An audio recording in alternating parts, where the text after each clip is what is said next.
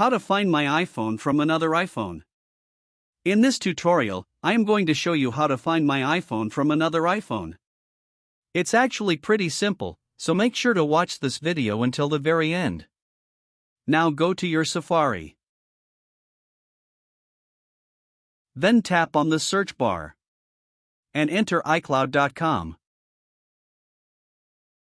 Tap Sign In.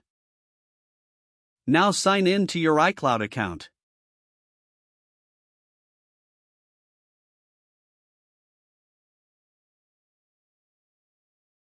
Now scroll down and tap on Find My.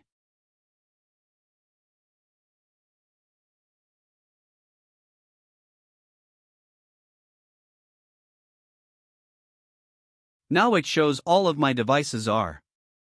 Now from here, you just have to tap on the device and it will show you a precise location of exactly where it is. And that's it. That's how you can find your iPhone from other iPhone. I hope this video helps you. Thank you for watching. See you on my next video.